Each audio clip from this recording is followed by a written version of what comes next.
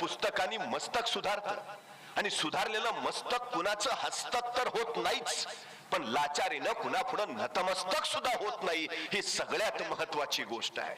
जी जी माणसं मोठी झाली त्यांच्या मोठेपणाचं त्यांनी एकच कारण सांगितलं की आम्ही पुस्तकं वाचली, अफाट पुस्तकं वाचली.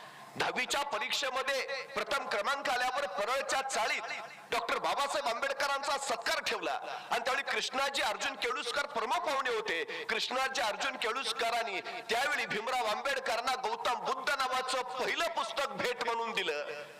डॉक्टर बाबासाहेब आंबेडकर असं लिहितात की त्यावेळी माझ्या हातात जर ते पुस्तक पडलं नसतं तर भारतीय राज्यघटनेचा शिल्पकार म्हणून मी कधीच उभा राहू शकलो नसतो. ही सगळ्यात महत्वाची गोष्ट आहे. एक पुस्तक हाताशी पडतं आणि मोहनदास करमचंद गांधी यांचा महात्मा होण्याच्या दिशेनं प्रवास सुरू होतो. ही सगळ्यात महत्वाची गोष्ट आहे. एक पुस्तक तुमच्या आयुष्यात अफाट क्रांती करू शकतं, तुम्हाला बदलून टाकू शकतं, तुम्हाला प्रेरणा देऊ शकतं, तुम्हाला पुढं पुढं पुढं विलक्षण पुढे घेऊन जाऊ शकतं. हे सगळ्यात महत्वाचं आहे. मला आताच्या काळामध्ये हे वाचनालय, ही पुस्तकं फार महत्वाची वाटतात, कारण हल्ली माणसं वाचत नाहीत. ही आमची सगळ्यात मोठी अडचण आहे. आता व्हॉट्सअपचं सैन्य फेसबुकच्या भिंती लढवत इन्स्टा आणि ट्विटरवरनं तोफगोळे सोडण्यात मग्न आहे. ही आमची अलीकडची अडचण आहे. खरं तर आता वडीलच मोबाईल मध्ये गुंग असतात, त्यामुळे पोरग पुस्तक घेऊन कसं बसेल हा सगळ्यात मोठा चिंतनाचा विषय आहे. नवी पिढी आपलं अनुकरण करणारी असते. आपण जसे वागतो तशीच ती घडते. ही सगळ्यात मोठी गोष्ट आहे. त्यामुळे आपण काय वाचतो आहोत याचं चिंतन आणि मंथन आता झालं पाहिजे. एक अत्यंत श्रीमंत गडगंज असणारी स्त्री होती. प्रचंड पैसा होता आणि प्रचंड पैसा असल्यामुळं कामच काही नव्हतं, करायची गरजच नव्हती, त्यामुळे वेळही अफाट होता.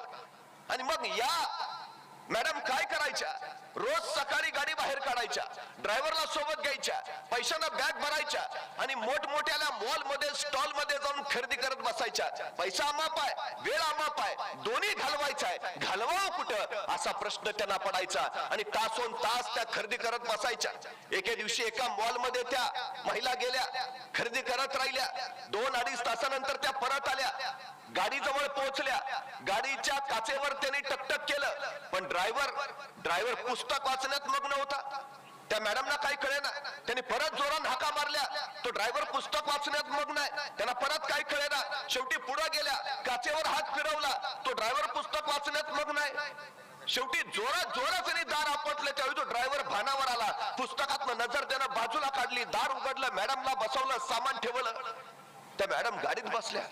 ड्रायव्हरला वाटलं आता मॅडम चिडणार, संतापणार, पण गाडी सुरू झाल्यावर त्या मॅडमने त्या ड्रायव्हरला प्रश्न विचारला, तू इतका मग्न होतास, मी इतक्या हाका मारल्या, इतक्या वेळा तुला त्या पुस्तकातनं बाहेर काढायचा विचार केला, तरी तू त्यातनं बाहेर पडला नाहीस. तू काय करतोयस?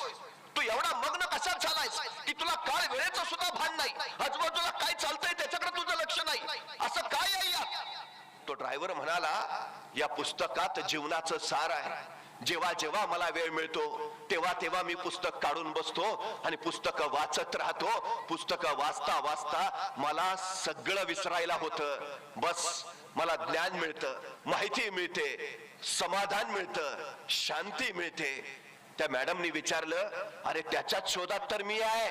मी खरेदी करत 2-2 तास का घालवते? माझ्याकडे वेळ भरपूर आहे, पैसा भरपूर आहे, पण समाधान नाही, शांती नाही, ज्ञान नाही. हे कुठे मिळतं पुस्तक? चल मला तिथं घेऊन चल. त्या ड्रायव्हरनं त्या मॅडमना एका पुस्तकाच्या लायब्ररीमध्ये घेऊन गेला आणि या मॅडमनी त्या लायब्ररी मधनं प्रचंड मोठी पुस्तकं खरेदी केली. गाडी पुस्तकांनी भरली आणि ती घरी आली. त्या दिवसापासून त्या मॅडमनी फक्त आणि फक्त पुस्तकं वाचायला सुरुवात केली. आता त्यांना वेळ पुरत नव्हता. आता कुठं जाऊन काय करावं याची गरज पडत नव्हती. त्या अखंडपणे फक्त वाचत राहिल्या.